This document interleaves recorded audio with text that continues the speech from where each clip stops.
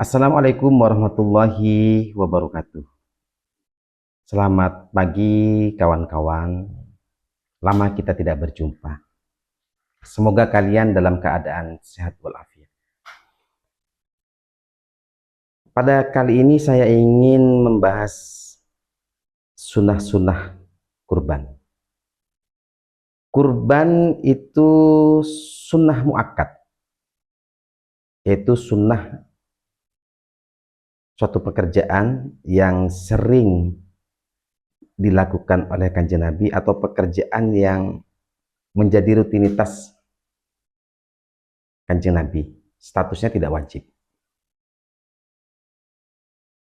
Dalil kesunahan kurban itu berdasar firman Allah Subhanahu wa taala, "Fasholli li rabbika wanhar." Maka salatlah kamu li rabbika untuk Tuhanmu, wanhar dan berkurbanlah. Menurut pendapat yang masyhur dari kalangan para ahli tafsir, bahwa yang dikehendaki dengan sholat di sini adalah sholat Idul Adha. Sedangkan wanhar yang dimaksud di sini adalah kita berkurban pada saat Idul Adha. Teman-teman yang berbahagia, kurban itu hukumnya sunnah. Nah, kalau Anda bertanya, kok bisa dihukumi sunnah? Padahal ayat di atas menunjukkan perintah, wanhar, dan berkurbanlah. Bukankah perintah itu menunjukkan wajib? Sebagaimana dalam kitab usul? Oh, tidak ya.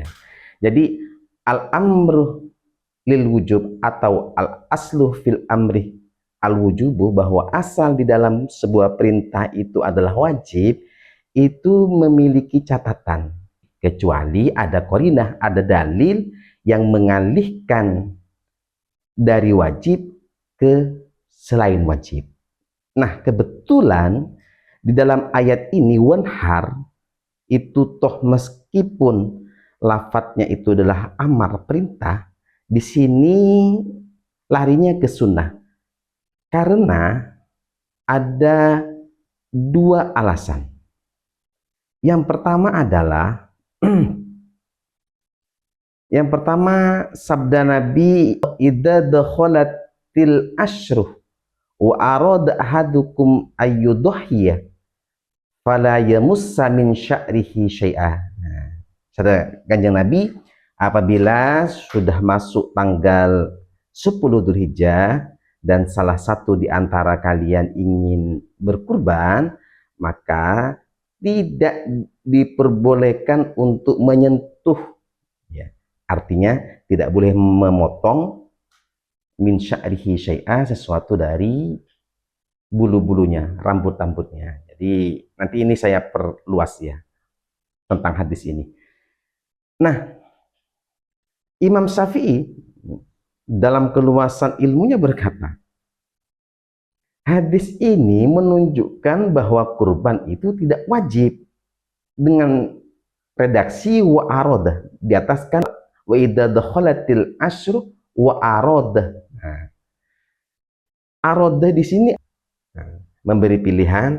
Nah, pilihan ini yang menjadikan bahwa kurban itu tidak wajib. Kalau Nabi ingin mewajibkan kurban, tentu redaksinya perlu dirubah. Idza dakhalatil asyru fala yamussah min sya'rihi syai'an hatta yudhiya. Jika masuk 10 Dzulhijjah, maka jangan menyentuh, dalam artian memotong sesuatu dari rambutnya sehingga dia berkurban. Yang kedua adalah bahwa Abu Bakar dan Umar pernah tidak berkurban 1 atau 2 tahun, 1 dan 2 tahun, karena khawatir itu dianggap wajib. Nah, lalu kalau Anda menyangka bahwa pendapat atau statement sahabat itu tidak bisa dijadikan hujjah, laisa qaulus sahabi hujjatan. Nah, ntar dulu ya. Di sini yang melakukan itu adalah min kibaris sahabah, yaitu Abu Bakar dan Umar. Beliau berdua itu menjadi khalifah dan kebijakan beliau tidak diprotes oleh para sahabat yang lain.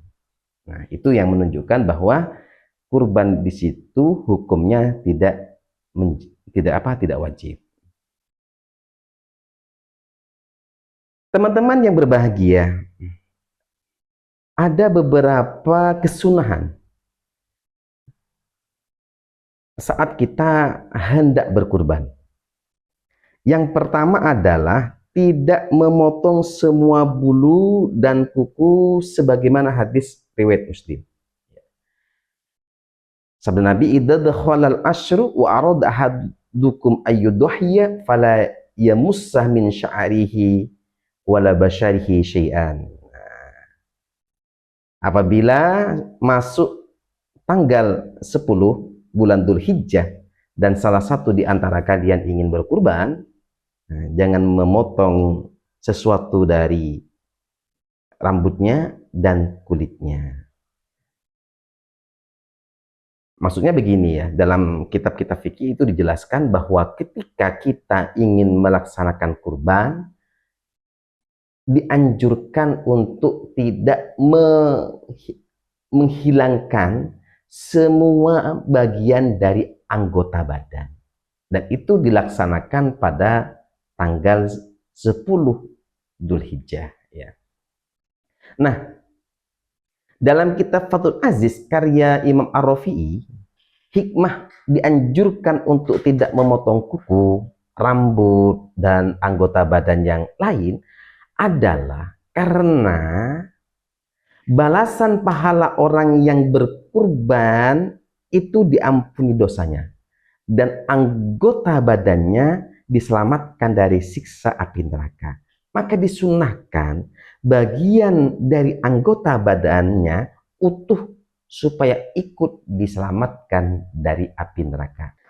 Teman-teman yang berbahagia, yang kedua juga disunahkan menyembelih sendiri kecuali perempuan. Nabi bersabda, duhan Nabi sallallahu alaihi wasallam bikabsyaini amlahaini akronaini dabahahumma biyadihi wasamma wa kabbar wa wadu'a rijlahu ala sihafihima.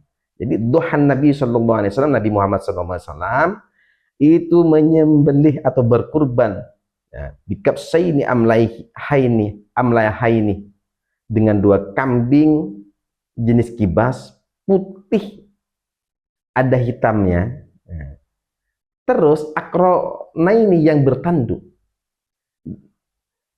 Dabahahuma biyadihi, beliau menyembelih dengan menggunakan tangan beliau, wasamma, beliau baca basmalah dan bertakbir, wadu'a rijlahu ala sihafiha wadu'a rijlahu ala sihafihima, dan beliau meletakkan kakinya di atas pangkal leher kambing tersebut. Ini hadis Bukhari dan Muslim.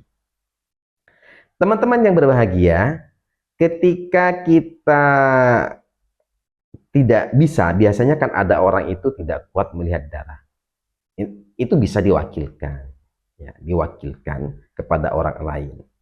Nah, ketika kita mewakilkan kepada orang lain, kita juga disunnahkan untuk ikut serta menyaksikan.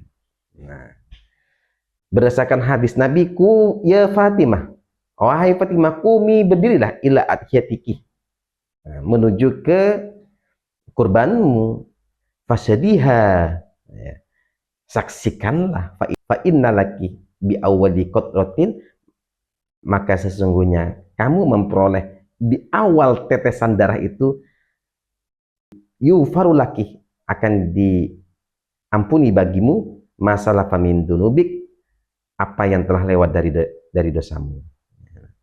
Nah, hadis di atas tersebut menunjukkan bahwa menyaksikan hewan kurban itu hukumnya sunnah. Nah, teman-teman yang berbahagia, jika diserahkan kepada orang lain, lantas bagaimana niatnya? Imam Nawawi dalam kitab Al-Majmu' berkata, ya, asahhuhuma jawazu taqdim kama fis shaumi waz zakati alal asah. Jadi kalau kita tidak menyembelih sendiri, maka kita sebelum disembelih kita berniat. Saya niat berkurban karena Allah Ta'ala. Ketika hewan kurban itu diserahkan ke masjid, ke panitia masjid, maka yang berkurban itu harus memberi dana operasional, jangan sampai menggunakan dana masjid. Itu yang sangat salah. Seperti beli plastik untuk ngantar daging ke orang-orang yang menerimanya, terus seperti makan panitia. Nah, itu kalau bisa, ya, itu harus disediakan oleh orang yang punya sapi. Kalau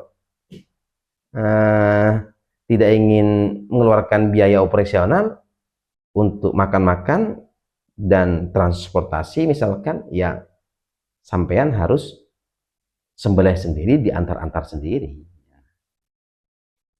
Sunnah yang ketiga adalah saat hendak menyembelih disunahkan menghadapkan hewan ke kiblat.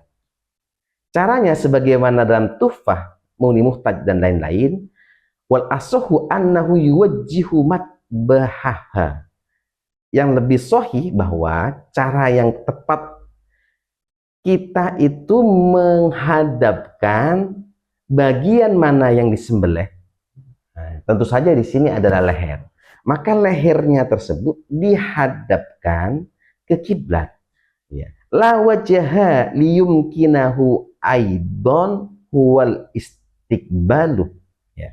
Bukan wajahnya. Nah, jadi kalau prakteknya kita mau menghadapkan tempat sembelihannya itu ke kiblat, berarti bisa saja dengan cara kepala sapi ada di sebelah utara, kakinya di sebelah selatan. Seperti itu ya. Atau bisa juga kakinya di sebelah utara, kepalanya di sebelah selatan. Nah, orang yang menyembelih tersebut menghadap kiblat. Liyumkinahu aidun huwal istiqbalu, supaya dengan cara menghadapkan lehernya ke barat, ke kiblat, di Indonesia ke barat ya, supaya orang yang menyembelih tersebut bisa menghadap kiblat. Fa innahu yundabul istiqbal lidzabih aidan. Karena menghadap kiblat itu juga disunahkan bagi orang yang menyembelih, tidak hanya sapinya. Dalil dari anjuran menghadap kiblat ini adalah nomor satu, hadis yang diriwayatkan oleh Imam Al-Baihaqi. Ini hadis dhaif ya, tapi karena ini termasuk fadhailul a'mal, maka hadis dhaif juga bisa dijadikan sebagai sandaran. Ya. Dhahu wa tayyibu biha anfusakum. Berkurbanlah kalian, wa tayyibu biha anfusakum, dan bersihkanlah hati kalian. Fa innahu laisa min muslimin yastaqbilu bidabihatihil kiblata. Maka sesungguhnya tidak ada dari orang muslim yang menghadapkan hewan sembelihannya ke kiblat illa kana dammuha, kecuali darah kurban tersebut, wa qarnuha, dan tanduknya, wa sufuha, dan bulunya, hasanatin, akan menjadi kebaikan-kebaikan fi mizanihi, di dalam timbangan amalnya orang tersebut, yaumal kiamati, di hari kiamat. Nah, terus diriwayatkan bahwa Ibnu Umar dan Ibnu Sirin itu tidak mau makan sesembelihan yang tidak menghadap kiblat. Dan para ulama ini hampir sepakat semuanya bahwa menghadap kiblat itu adalah sunnah. Yang keempat adalah membaca bismillah, takbir, dan sholawat kepada Nabi. Kalau masalah basmalah, itu sudah ada di hadis yang pertama saya bacakan, yaitu dan takbir juga ada di hadis yang saya sebutkan di atas ya. Nah, terus bagaimana dengan sholawat? Nah, perihal bacaan sholawat, Imam Syafi'i ini mensunnahkan ya, mensunnahkan sebagaimana yang dikutip oleh Imam Nawawi dalam Majmu'nya dari kitab Saya coba-coba ya. Al-Umrani itu dalam Al-Bayan mensunnahkan baca sholawat ketika menyembelih itu beliau berdasarkan terhadap fa'na laka dzikrak, dan kami angkat laka untukmu dzikrokah menyebutmu. Nah, ini berdasarkan terhadap apa namanya firman Allah Subhanahu wa taala. Nah,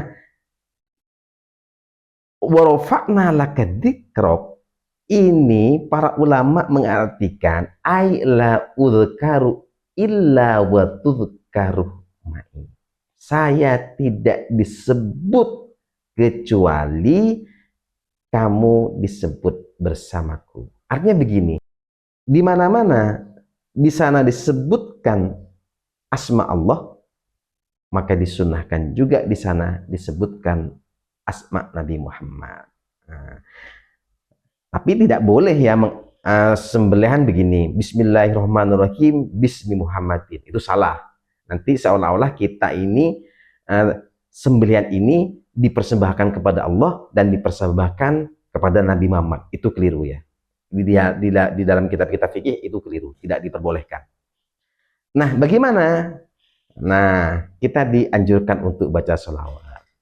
Nah, jadi kalau digabung, basmalah, takbir, dan doa.